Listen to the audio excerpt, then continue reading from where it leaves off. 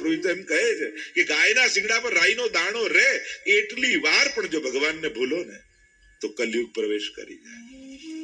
મનને મોકો મળતા જ સંસારને પકડી લે છે. એટલે મનને બહુ અવસર નહીં આપતા. તો આપણે તો સમય માણસની વિચિત્રતા જે છે, હું તો ઘણી વાર કથામાં કહું કે સારા સારા કર્મો, સારા સારા વિચારો એ બધાને ટાઈમ ફ્રેમમાં બાંધી રાખવા. અમારે સેવા તો સવારે 7 થી 8 કરવાની જ. 8 વાગ્યા પછી ના, પછી તો પ્રભુ પડી જાય. અને ક્રોધ એ તો 24 કલાક કરવા, લોભ એ તો 24 કલાક કરવા, ઈર્ષા એ તો 24 કલાક કરવાની. ખાલી પાઠ અને સેવા માટે ટાઈમ ફ્રેમ બાંધી રાખવાની. એટલે સારી સારી વસ્તુઓને આપણે સમય અને સ્થાનમાં બાંધી રાખીએ છીએ અને દુર્ગુણોને છૂટો દોર આપીને બેઠા છે. પ્રભુનું નામ ક્યાં લેવાનું? કે મંદિરમાં ઠાકોરજીની આગળ પાઠ કરીએ ત્યારે. એટલે એની માટે જગ્યા ફિક્સ. ક્રોધ માટેની કોઈ જગ્યા ફિક્સ છે? એ તો જ્યાં આવે ત્યાં કરી જ નાખવાનું. દ્વેષ માટેની કોઈ જગ્યા નક્કી ખરી? વિચાર કરો, પાપને કેટલા અવસરો આપણે આપીએ છીએ, કેટલા મોકા ને ચાન્સ આપીએ છીએ કે આપણા જીવનનું પતન થાય એના માટે કેટલી સુવિધાઓ આપણે આપી રાખેલી છે, અને આપણું ઉત્થાન થાય એને માટે કેટલી સીમિતતા આપણે કરી રાખી છે. ચિંતન તો કરો, વિચાર તો કરો. કલ્યાણ થાય એની જગ્યા કઈ? તો ખાલી એક મંદિર, ઘરમાં ઠાકોરજી બિરાજતા હોય. હું પુણ્ય મને મન સત્કર્મનો, જો અત્યારના સમયમાં સારું કરવું સહેલું છે પણ સારું વિચારવું બહુ અઘરું છે. અત્યારે સામર્થ્ય વધ્યું છે ને, ઉઘાડાને કપડા આપનારા ઘણા લોકો છે, બીમારને દવા આપનારા ઘણા લોકો છે, ભૂખ્યાને અન્ન આપનારા ઘણા લોકો છે, પણ કોઈ સુખીને જોઈ સુખી થનારા લોકો ક્યાં છે દુનિયામાં? આજે માણસ કોઈનું સુખ નથી જોઈ શકતો. કઈક કોઈકનું સારું થાય ને તો ખબર છે કઈ રીતે, તો તું કરને કોણ ના પાડે છે?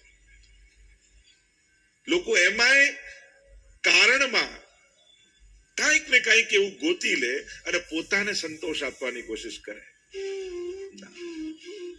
દુનિયામાં સારું, હવે વિચાર કરો, ઘરથી નીકળો એટલે ચારે બાજુ એ દેખાય જેનાથી મન બગડે. મનને સારો વિચાર આવે એવી જગ્યા કઈ? ઘણી વાર લોકો એમ કહે આ કથા ને આ મંદિરો, એના કરતા હોસ્પિટલ બાંધો, ગરડાઘર બાંધો, આ કરો પેલું કરો. અરે સમાજનો સર્વાંગી વિકાસ થવો જોઈએ.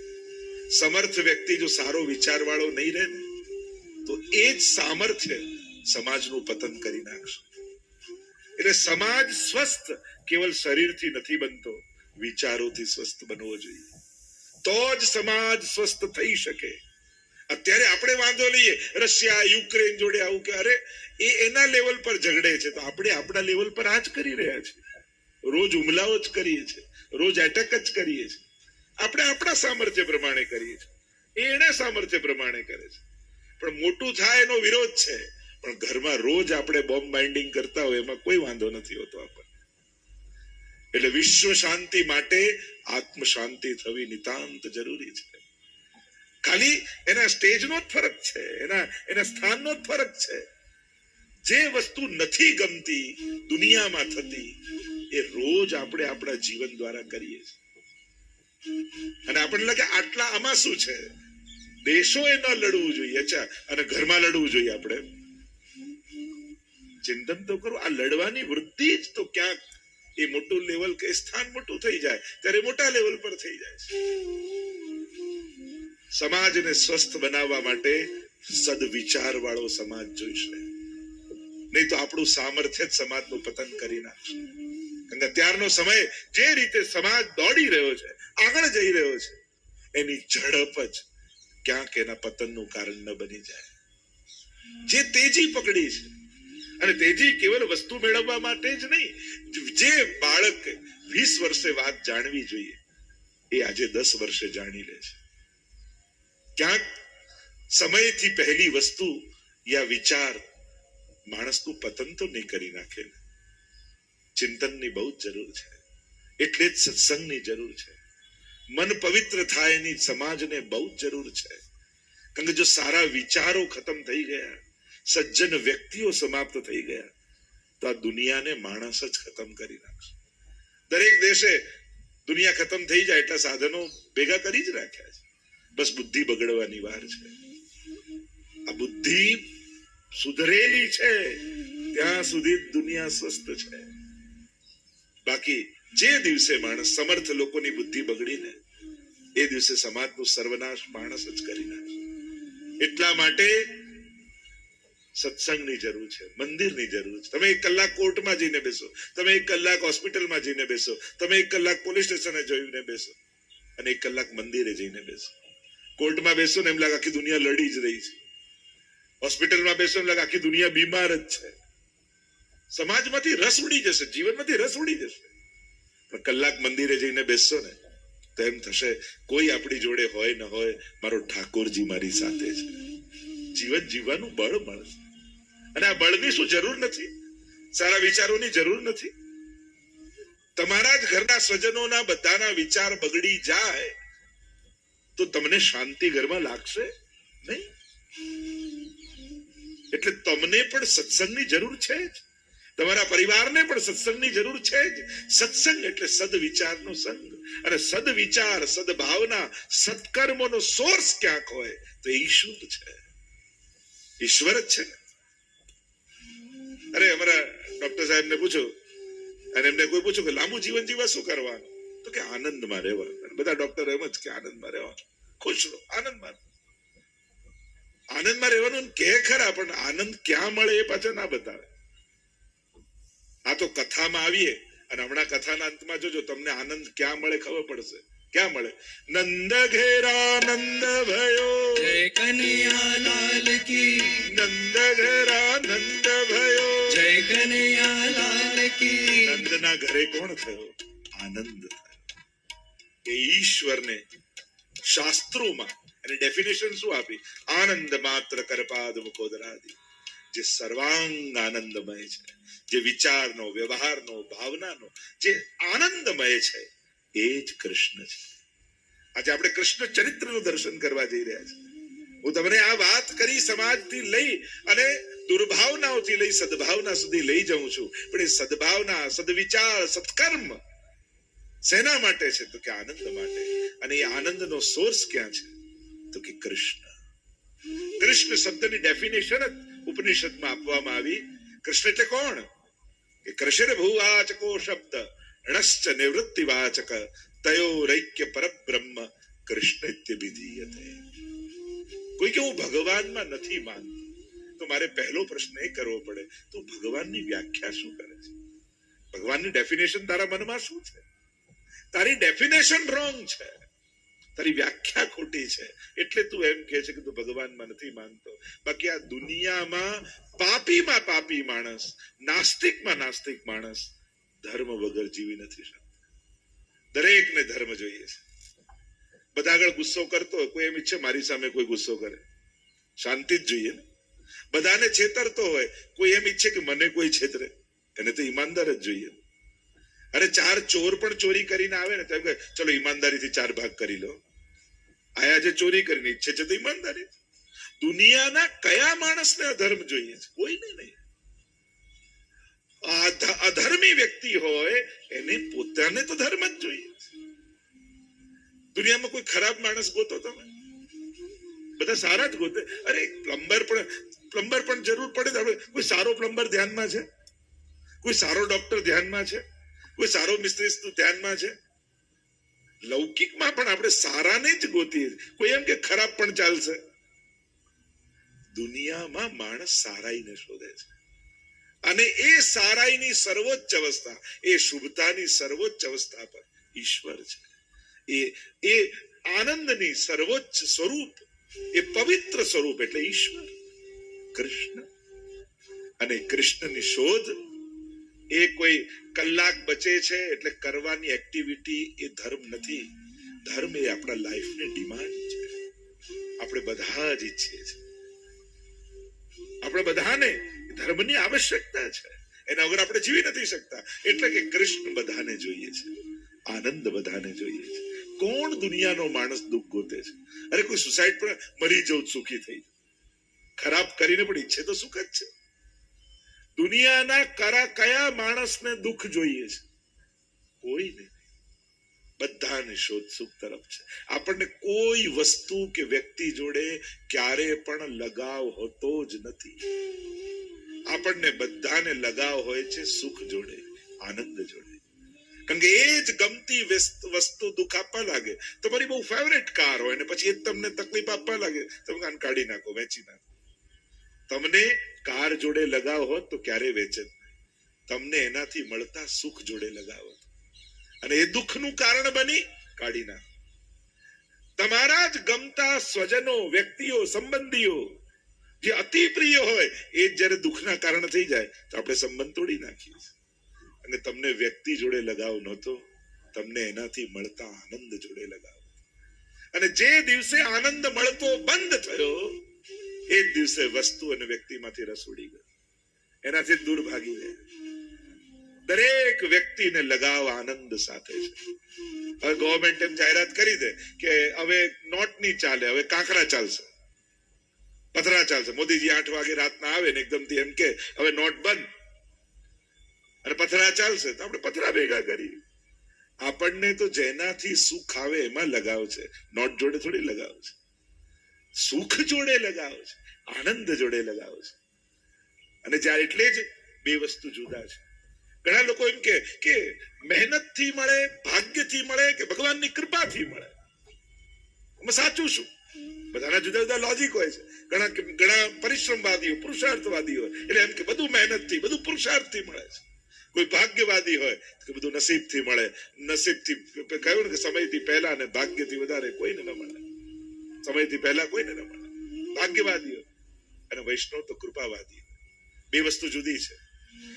બુદ્ધિ અને મહેનતથી કાર લાવી શકો, પણ કારથી સુખ તો ઈશ્વર કૃપાથી જ મળે. તમે ઘર બનાવી શકો મહેનત અને બુદ્ધિથી, પણ જો બે વસ્તુ જુદી છે. એક ઘરનું સુખ અને એક ઘરથી સુખ.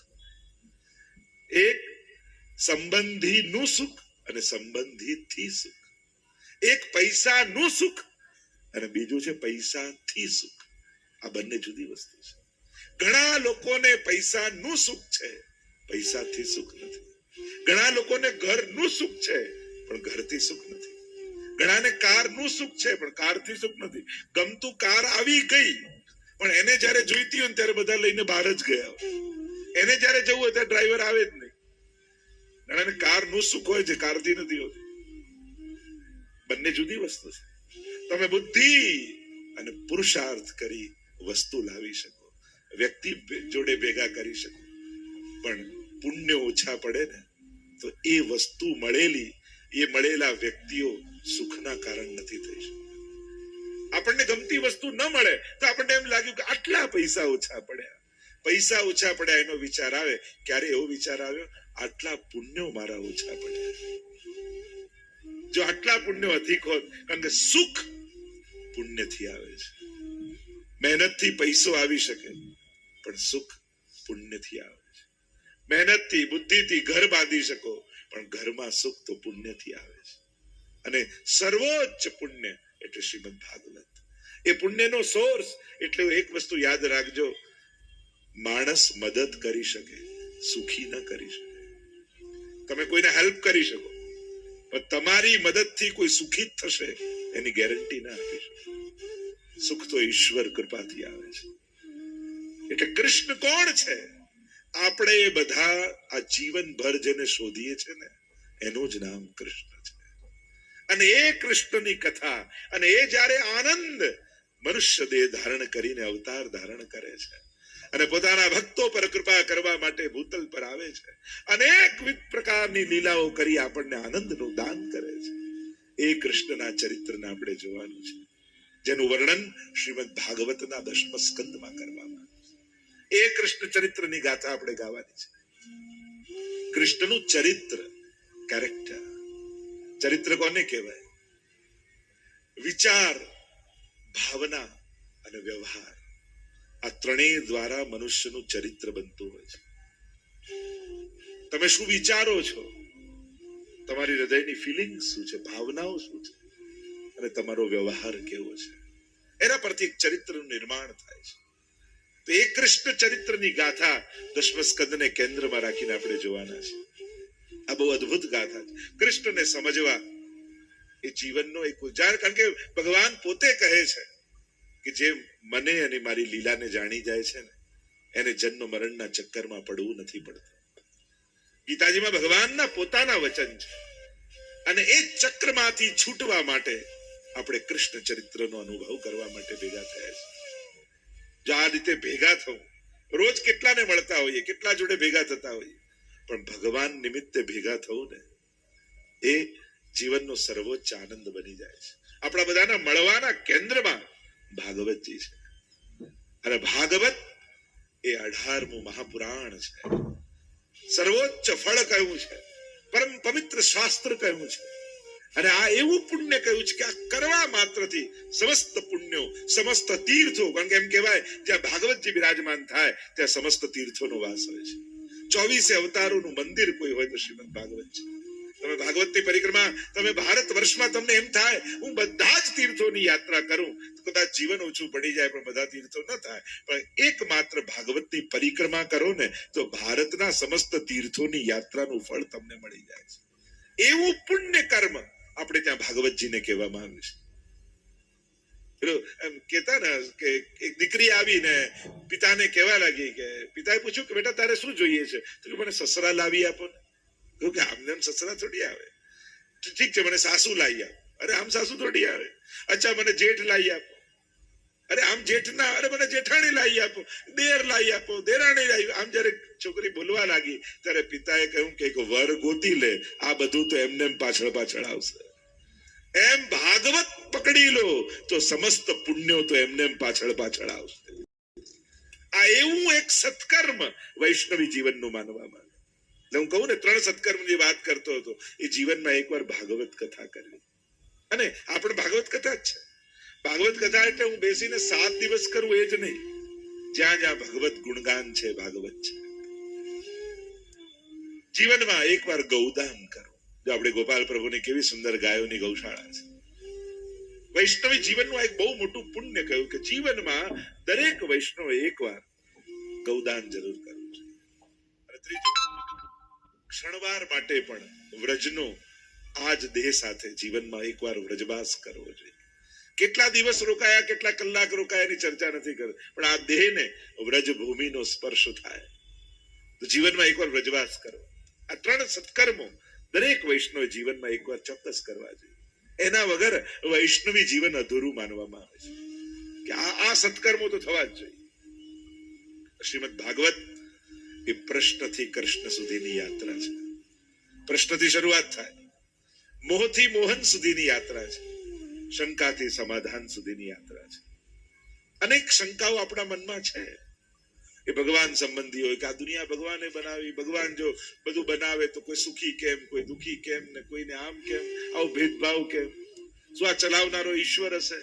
શું ભગવાન અવતાર લઈને આવતો હશે?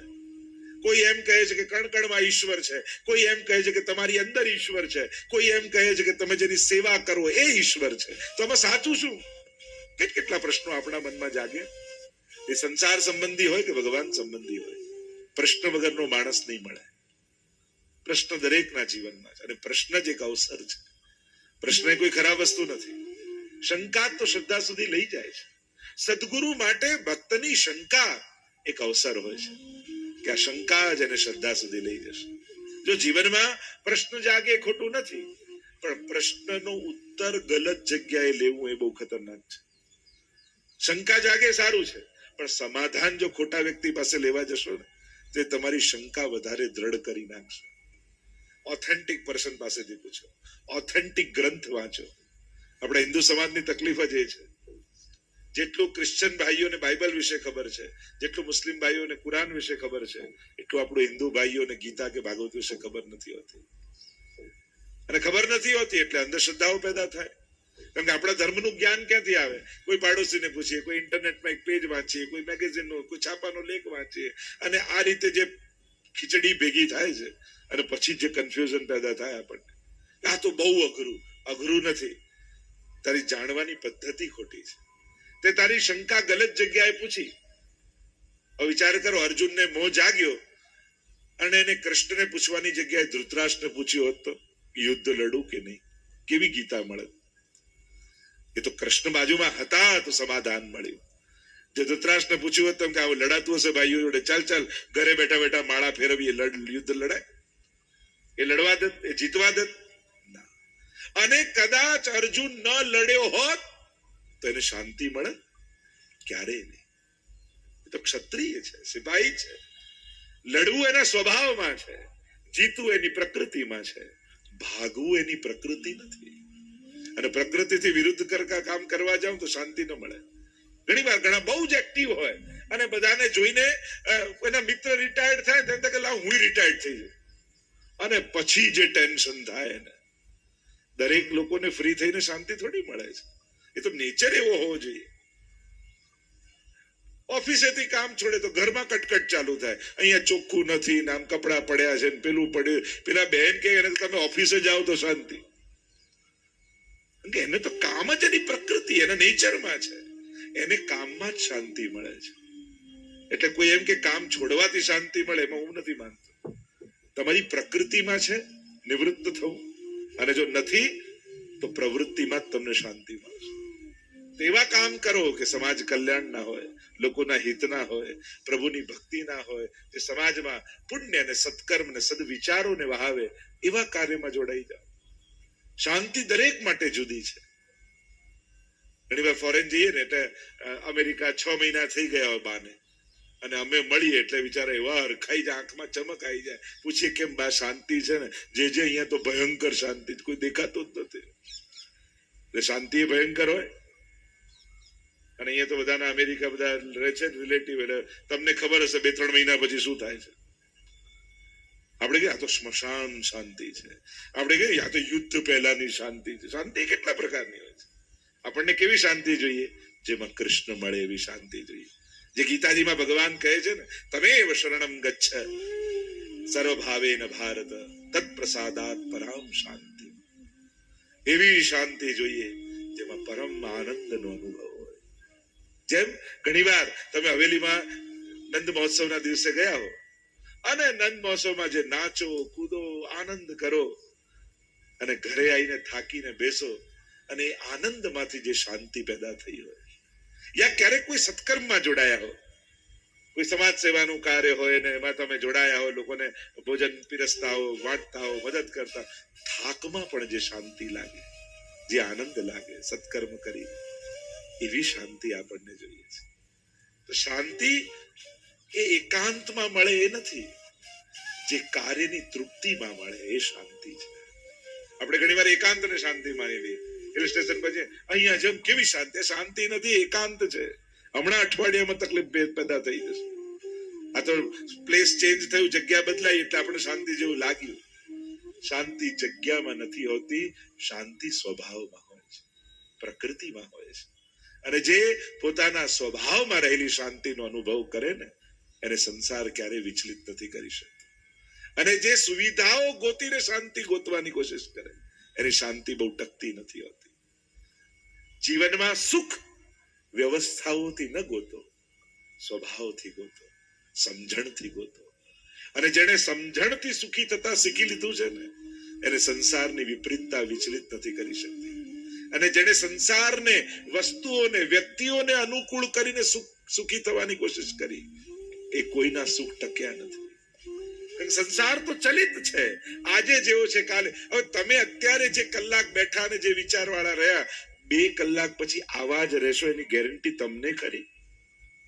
અહીંયાથી બહાર નીકળ્યા પછી અહીંયા છીએ એવા જ વિચાર વાળા આપણે રહીશું. ક્યાંક દર્શન કરતા કોઈ ધક્કો માર્યો તોય પિત્તો જતો રહે માણસ. આ તો બહાર નીકળતા જ કેવા છું કોને ખબર. કાંઈ ભરોસો આપણને આપણી જાત પર પણ કરો ના. સમજણથી એક કન્યા પરણીને આવી એટલે પત્નીએ કહ્યું એના પતિને કે તમે મને સુખી કરશો? પતિએ કહ્યું જો તું કહીશ એવી કાર લાવી આપીશ, તું કહીશ એવું ઘર બાંધી આપીશ, તું કહીશ એવા દાગીના લાવી આપીશ, પણ સુખી થતા જો તું ન શીખી તો તારા સિવાય તને બીજું કોઈ સુખી કરે એમ નથી. આ તો તારે જ શીખવું પડશે સુખી થતા.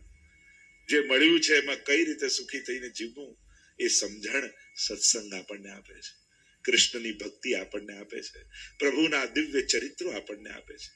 તો આ કૃષ્ણ ચરિત્રની ગાથા જીવનનો એક એવો મહામંત્ર આપણને આપશે કે જ્યારે કૃષ્ણ તમારો થઈ જશે, કૃષ્ણ મારો છે, હું કૃષ્ણનો છું, આ મહામંત્ર જ્યારે જીવનનો મંત્ર બની જશે ત્યારે કોઈ પણ સંજોગો, કોઈ પણ પરિસ્થિતિ તમને દુખી નહીં કરી શકે. જ્યારે તમે, આપણે તો બ્રહ્મ સમાન લેતા આત્મા તુલસી દળ લઈને બોલીએ છે ને, હે કૃષ્ણ હું તારો છું, હે કૃષ્ણ હું તારો છું. મંત્ર એ કેવલ શબ્દો નથી, એ જીવનની સૌથી મોટી સૂઝનું નામ છે. હું કૃષ્ણનો છું. આજે કોઈને પૂછીએ કે તમે કોના, હૃદય પર હાથ મૂકીને કહો. કોઈ કે હું ધંધાનો, કોઈ કે હું ઘરનો, કોઈ કે હું પૈસાનો, કોઈ કે હું આનો. ભક્ત એમ કહે છે કે હું કૃષ્ણનો છું. સંસારમાં, સંસારના કાર્યો કરતા કરતા પણ એક અવેરનેસ જીવનમાં છે, હું કૃષ્ણનો છું. કારણ કે કૃષ્ણ જેનો થઈ જાય ને, જો ને વસુદેવજીના માથે કૃષ્ણ આવ્યા અને જ્યાં માથે આવ્યા બધી બેડીઓ ખુલી ગઈ, રસ્તાઓ મળી ગયા અને કારાગૃહમાંથી, કેદમાંથી નંદાલય પહોંચી ગયા. આપણે બધા કર્મોની કારાગૃહમાં ફસાયેલા છીએ, કર્મોની કેદમાં આપણે બધાએ બંધાયેલા છીએ. છૂટવાનો એક જ ઉપાય, માથે કૃષ્ણ આવી જશે ને તો બધેથી બેડીઓ ખુલી જશે અને કારાગૃહનું અંધારું એ નંદ મહોત્સવનો આનંદમાં બદલાઈ જશે.